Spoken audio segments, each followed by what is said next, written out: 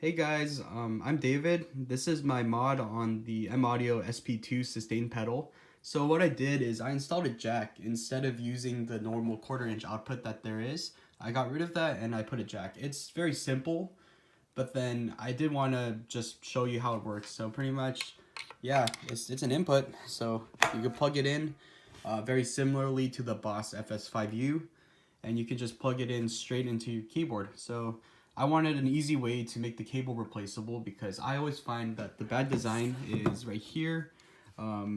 Yeah, it just gets beat up whenever you bend it. Every time you play, you either put it upwards, and some people even wrap it around. I'm totally against that. I think you should wrap it up normally, like a coil. But then, yeah, it's just, I don't like the design and I wasn't so happy with it. So I decided to put the jack on the side, and it actually worked pretty nicely for the first time I did it. So yeah, I kind of wanted to share my process of making this pedal. And I have an extra pedal right here that I want to make with you guys today. So this is actually really simple. This is very easy, and I come from no background of electronics, or I'm not an electrician at all, but I was able to get this done, and it's actually very simple once you crack it open. So an easy way to think of it is the sustain pedal has a TS jack, and the TS jack has pretty much two connector ends.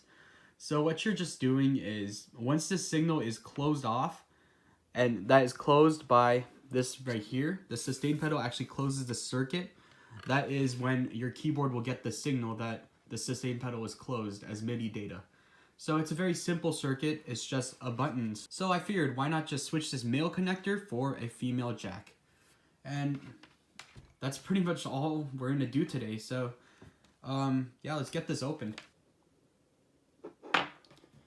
So pretty much all you need for this mod is your sustain pedal, preferably an older broken one, because I mean there's nothing to lose if you mess this up.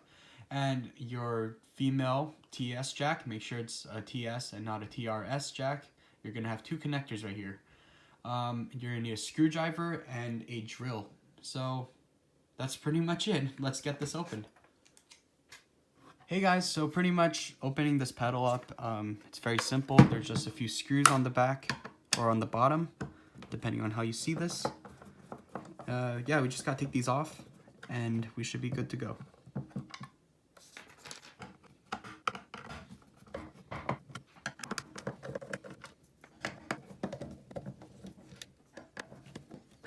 Okay, so this is a very simple process to do, and there are very many different versions of the M-Audio pedal, but then the principle still remains the same with all the pedals. You want to open this up. So in the newer M-Audio pedals, I mean, they simplified the circuit a little, so it's pretty easy to get into, but the principle remains the same for all of the other ones. So this is here.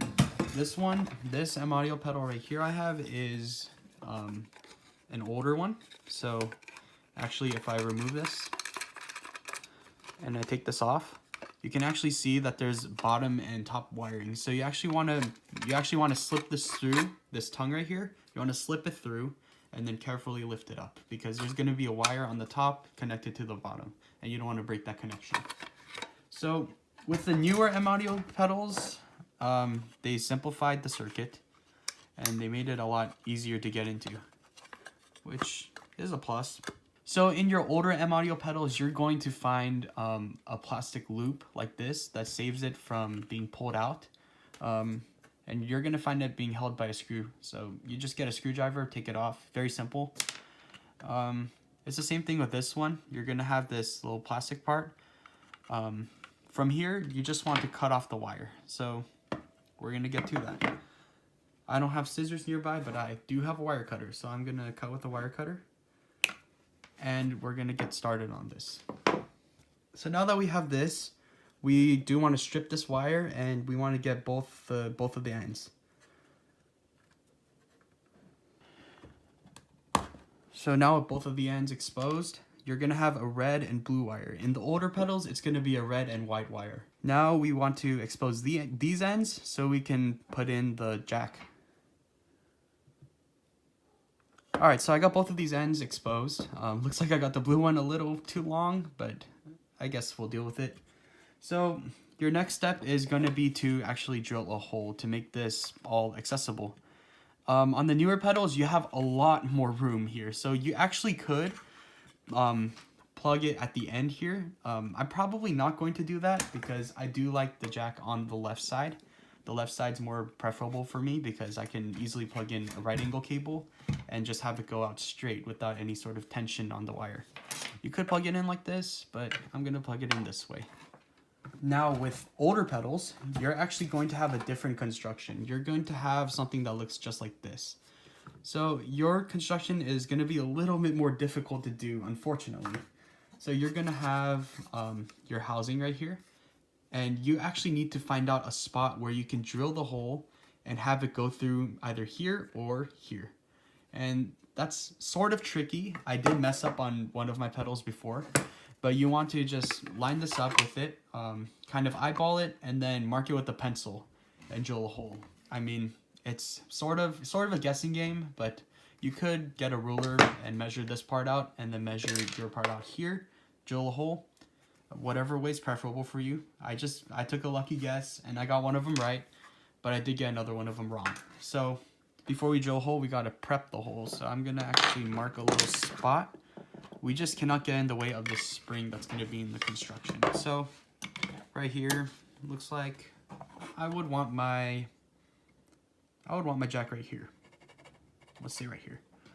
So with this spot, so I have a drill bit, another drill bit with a pointy tip, and this drill bit is just going to be to prepare the hole a little.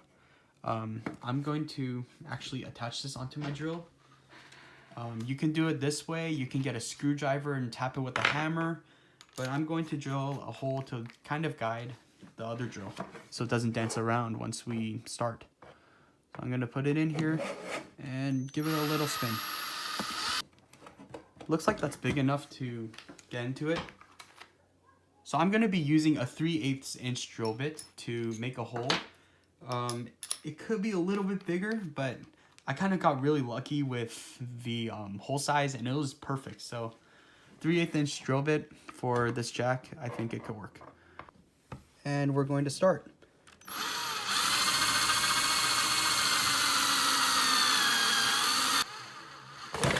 There we go. And that is our hole. So I want to clean this up a little just because.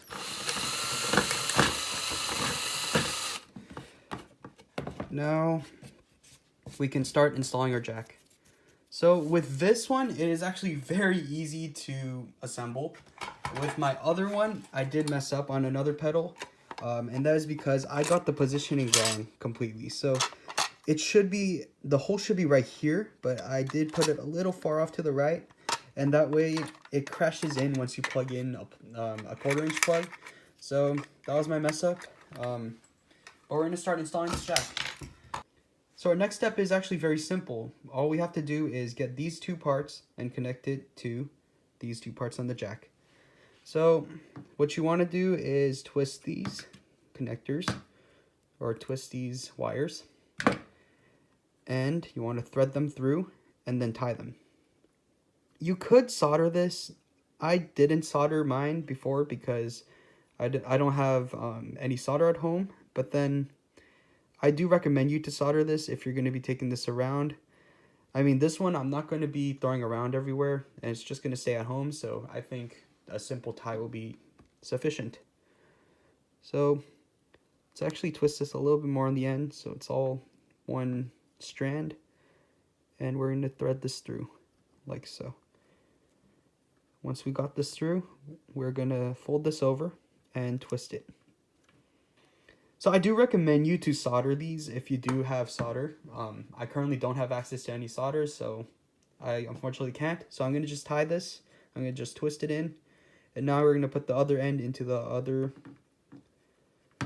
connector. I'm going to go through.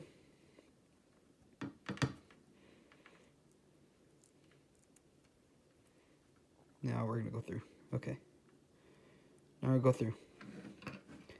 And there we go. So now with all these on the other end, we're going to fold this over and twist it again.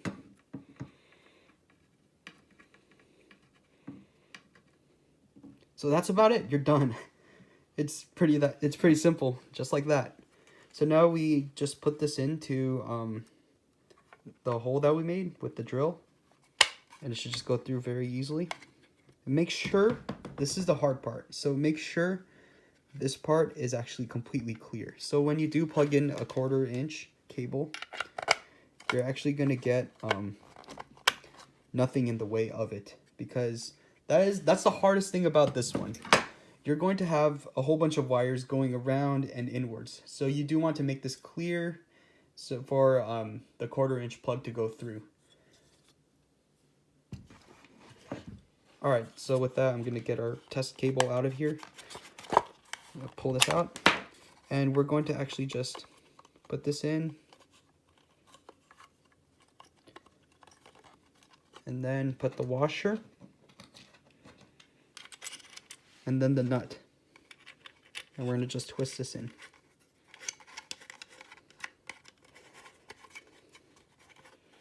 And then you'll want to get a wrench and tighten this later, but for now, this will do.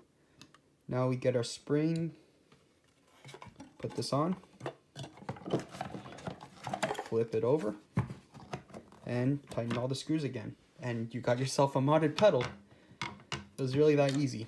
So the first time I did do this was with an older M Audio pedal, and those ones were a lot more difficult to work with because there's a lot of things in the way, but now newer M Audio pedals are a lot easier to do because the top has all the electronics and the bottom is just a plate. So with this, we're actually going to just screw everything together and it's going to work. How easy is that?